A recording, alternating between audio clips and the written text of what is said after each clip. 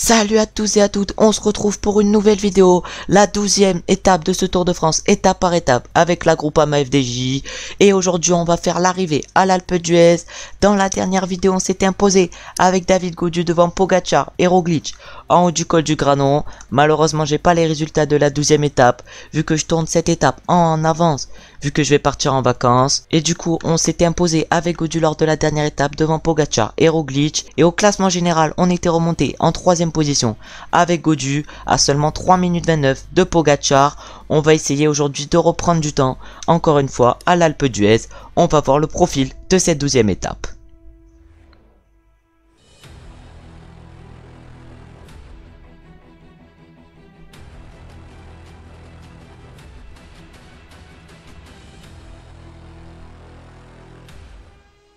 Et on a pu voir le profil de cette étape où il y aura notamment deux hors catégories, un retour au col au Galibier et également un passage par le col de la Croix de Fer. Malheureusement il y aura trop de plaine entre le col de la Croix de Fer et l'Alpe d'Huez pour tenter quelque chose. Mais on va se retrouver au départ et on va essayer de prendre l'échappée avec Thibaut Pinot.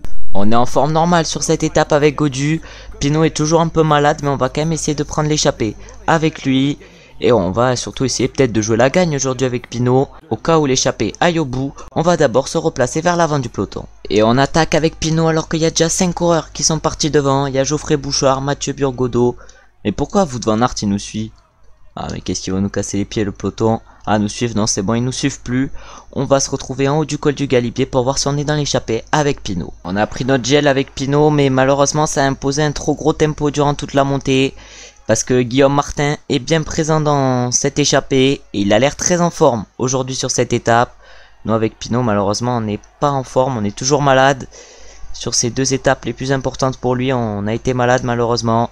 Mais là ça va accélérer avec Andreas Kron, avec Guillaume Martin. Avec également j'ai l'impression Aurélien Paré-Peintre. Oh, bon, on peut peut-être aller chercher les points de la 3e place en haut de ce col du Galibier. Et oui c'est Guillaume Martin qui passe en tête devant Paré-Peintre. On fait 3e avec Pinot. Ça change avec Martin qui en IRL a dû abandonner dû au Covid. Oh là là, faudrait pas qu'on chute avec Pinot. On va maintenant se retrouver pour le col de la Croix de Fer. Malheureusement avec Pinot dans ce col de la Croix de Fer on est en train de craquer. La maladie nous fait mal aujourd'hui. On n'arrive pas à tenir le groupe de 7 coureurs qui est devant.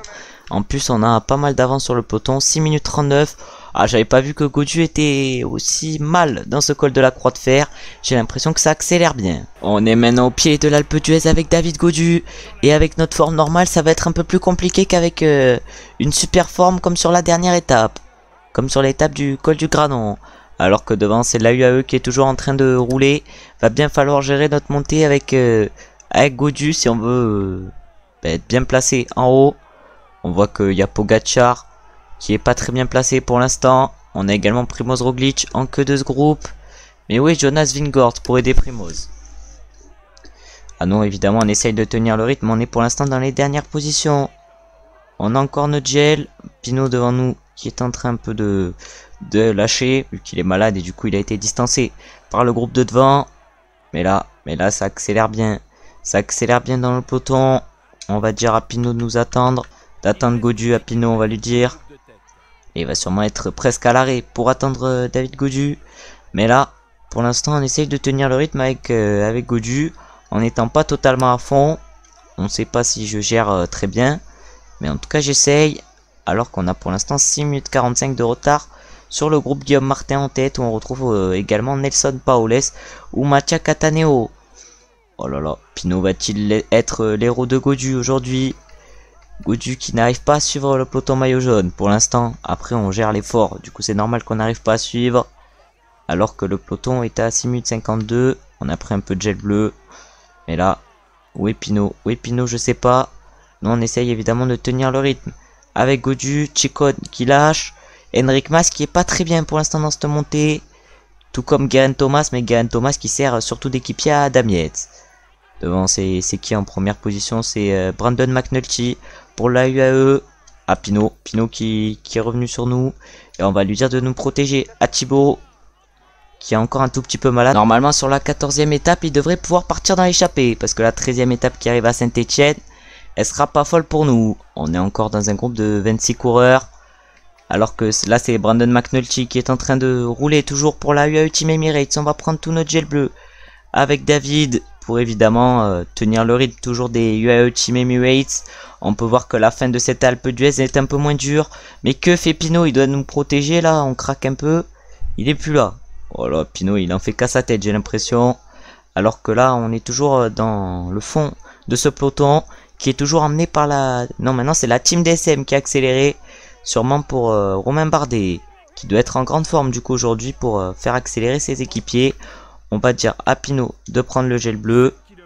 Et nous évidemment on est toujours en train d'essayer de tenir le rythme avec Gaudu, vu que ça roule très fort devant.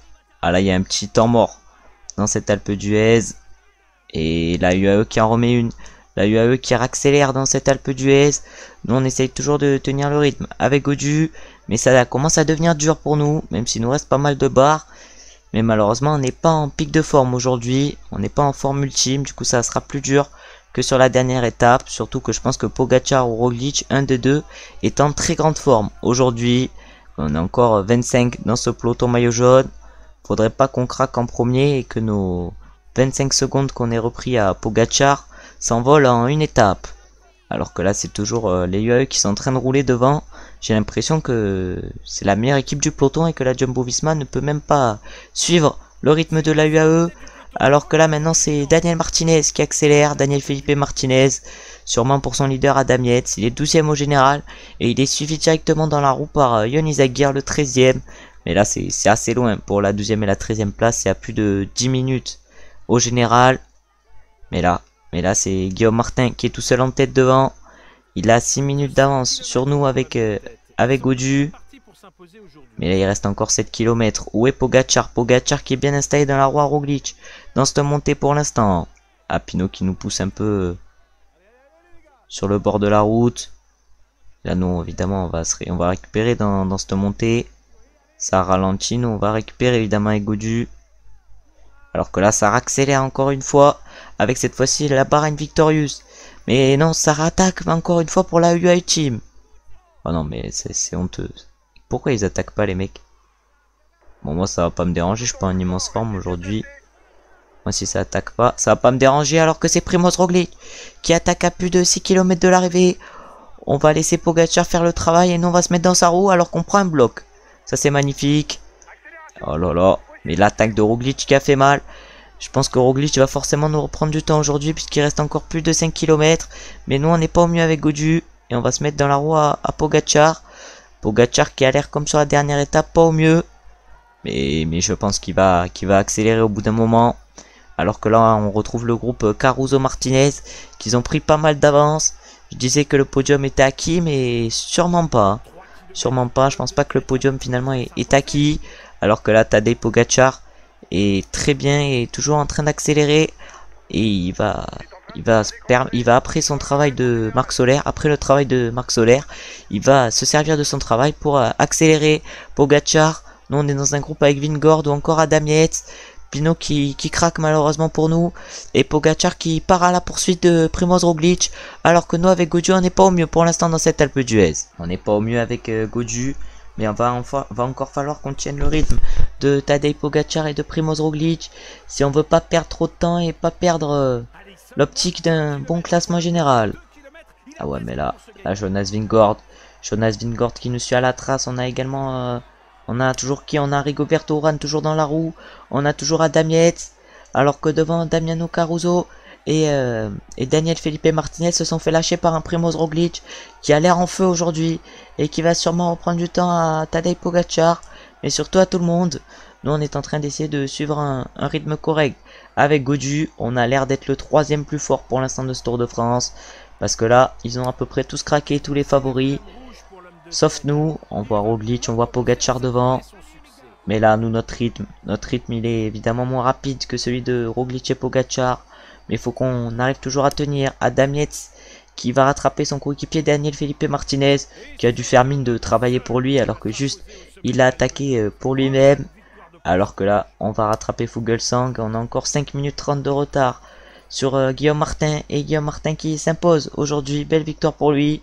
Alors que Tadej Pogacar a repris Primoz Roglic et leur attaque derrière. Oh là là, Pogacar qui montre qu'il est injouable pour l'instant sur ce Tour de France.